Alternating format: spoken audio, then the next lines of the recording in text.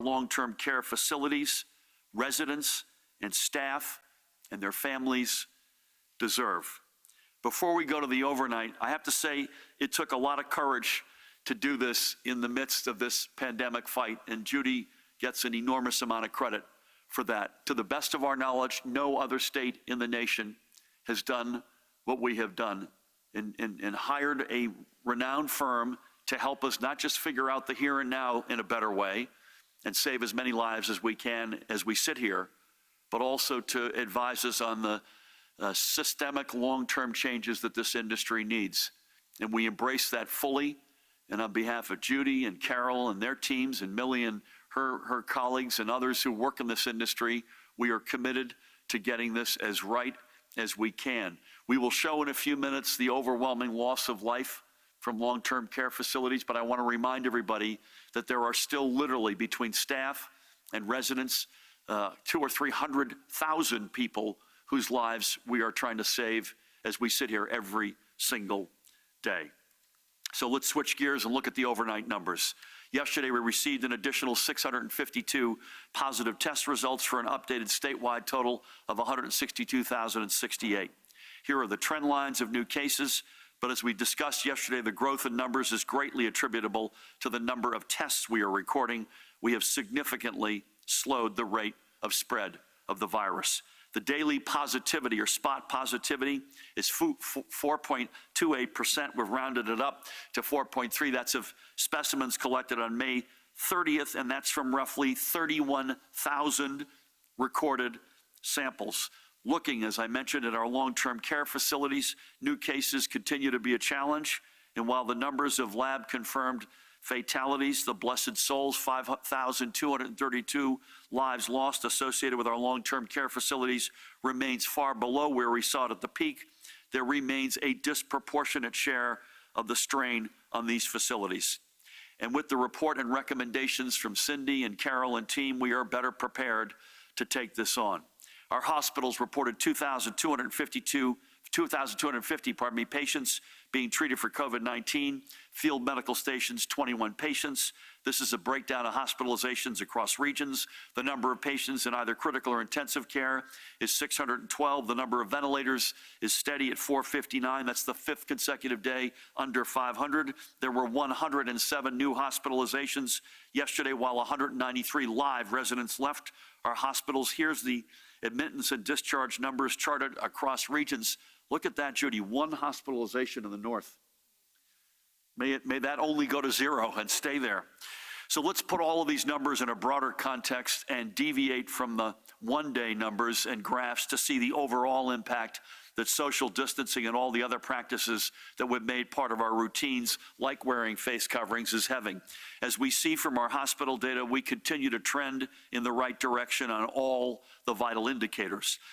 The past 2 weeks have been filled with many more green lights than red ones. The green lights outnumber the red ones in every region in our state, I might add, north, central, and south. And this is why, in the aggregate, that we think we're ready for stage 2. However, let's also remind ourselves of this one. We cannot lose sight of what's also important, and that's remaining vigilant, folks, and keeping up with the extraordinary work you've done, social distancing, wearing face covers, staying at home, washing hands with soap and water. We're still at or near the top of the list in terms of patients in our hospital and number of residents we are losing to this virus. Yes, we have made and we continue to make tremendous progress, but we cannot let our guard down again. We changed this, I think, as of yesterday. We are the 16th of 50 states right now on new cases per day. That's dropped a lot. Let's hope it continues to. Patients in hospital, we remain number 1 in America. Deaths per day, these are new fatalities per day. We are still ranked at number 3. So let's continue to keep vigilance, folks. And let's keep all of this in mind as today, with the heaviest of hearts, we announce that another 112 of our fellow New Jerseyans have passed away due to COVID-19 related complications. This puts our statewide total at a staggering 11,880 lost lives. Let's take a minute to remember several of these precious souls we have lost. First up, Joseph Gurney. He was born and raised in Massachusetts. Please don't hold that against him. A proud member of the United States Air Force, where he would eventually rise to the rank of captain. He made New Jersey his permanent home the year I was born in 1957. He had a quick rise in corporate sales and management, but his mind was soon drawn to other pursuits. And when the Wooden Nickel restaurant in North Brunswick opened in 1971, he jumped at the chance to be a co-owner. Restaurants became his new passion and career, and he would be part of the ownership team at Let's Talk Turkey and Mercer House Restaurant in East Windsor, and then Mr. G's Deli Nosh in New Brunswick Route 1 Flea Market. Life wasn't all business. He was deeply involved in his community.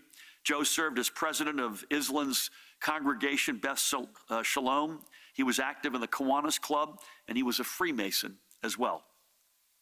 Joe leaves his son Daryl and his daughter Beth, and I had the great honor to speak with each of them yesterday and their families. And he took special delight in his 8 grandchildren and 2 great-grandchildren who watch us, Judy, every day. And so I want to give a shout out to Ryan, who's 2.5, and Hayden, who's 1.5, and numerous nieces and nephews. Joe was 87 years old. Joe, we thank you for your service to our nation and for your commitment to your adopted home state. God bless you and your memory and all who you leave behind. Next up is Severia on the left, Severia Marie DeAngelis Riso, known as Sarah. She lived to be 101. She was born during, in fact, the flu pandemic of 1918. Sarah graduated from Lyndhurst High School in 1936 and took to working at her father's coat factory in East Newark. She and her late husband, Philip, who's with her there, handsome guy, had 2 children, Philip and Eloise, who Sarah raised at home before she went on to get her degree from Newark State College, now as we all know as Kean University, while in her 50s, by the way. For the next 30-odd years, she was a substitute teacher.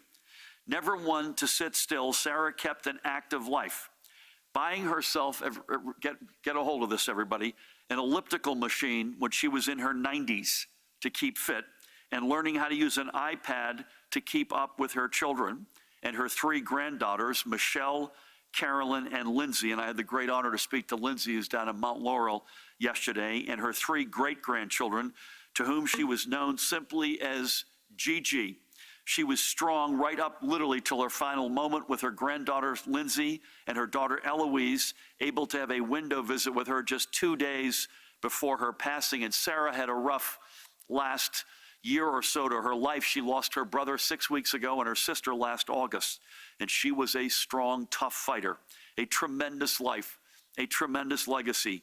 May the memories of all Sarah did throughout her century plus bring peace and happiness to her family.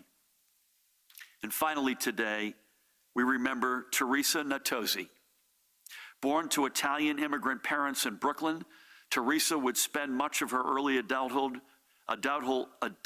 in Hoboken, where she would meet a young man named Angelo Murphy Natozzi. They married, and after Angelo's untimely death in 1952, she never remarried. How could she ever do better than the man she would describe for the rest of her days, and I quote her, the love of my life. As a single mother of 2, Teresa embraced the challenge with a strength that would forever define her. She was a longtime hairdresser at House of Charm in Union City, but then had an equally lengthy career with Chemical Bank in New York City until her retirement. She was a woman of strong faith, devoted to her church and volunteering at St. Joseph's Home of the Blind in Jersey City, giving her time and companionship and providing more than a few good haircuts. Teresa also took comfort in some of her life's simple pleasures, baking bread and crocheting and knitting sweaters and hats for her grandchildren, great-grandchildren, and frankly, anyone else who could benefit from her warmth.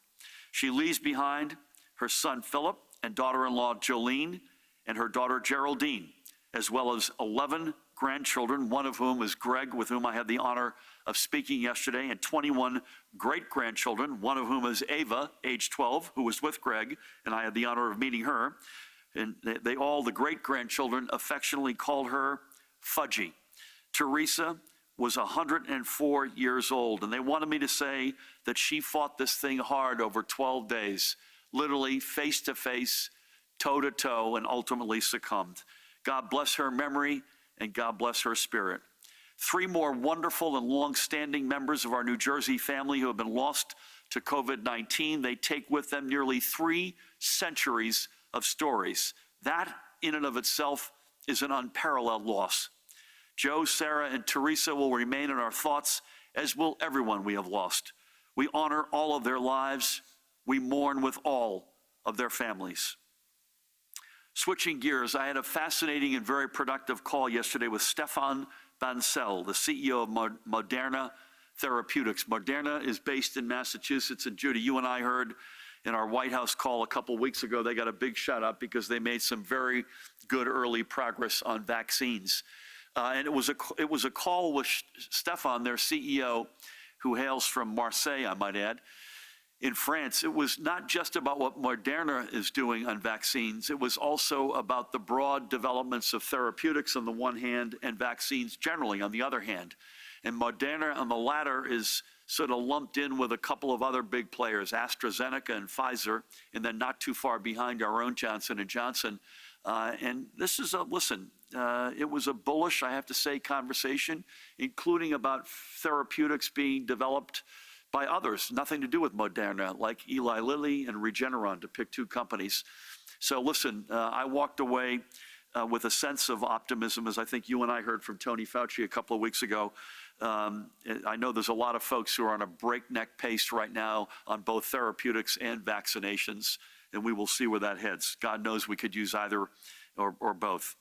Switching gears again, today I'm going to sign an executive order that will allow restaurants and bars to begin offering in-person outdoor dining on Monday, June 15, as part of our move into stage 2. This is the guidance that Judy developed that we promised a couple of days ago.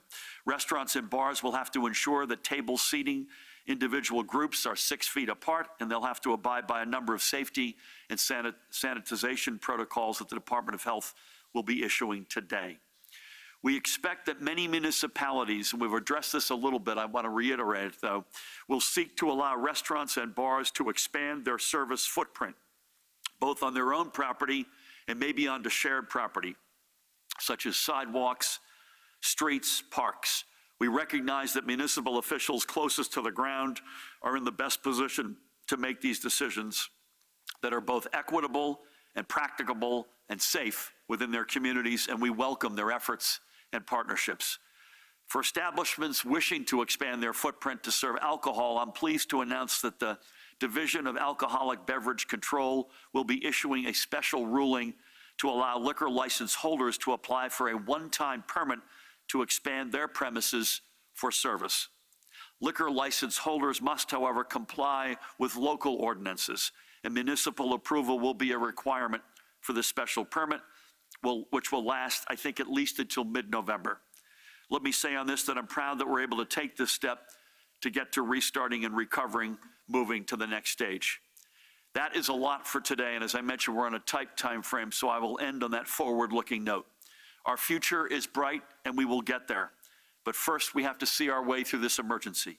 We have the roadmaps for getting us there through the thoughtful and strong recommendations of Cindy and Carol and their team at Manat, and through the hard work of every one of you through your practices of social distancing, responsible behavior, common sense for the common good. You've been extraordinary.